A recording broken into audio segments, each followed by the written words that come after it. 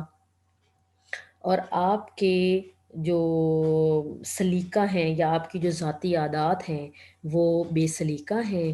and you ignore, اور آپ نظر انداز کرتے ہیں، مائی انسٹرکشنز، میری ہدایات، ان اے وے وچ یعنی اور آپ میری ہدایات کو نظر انداز کرتے ہو کچھ اس طرح کہ اگر وہ in a way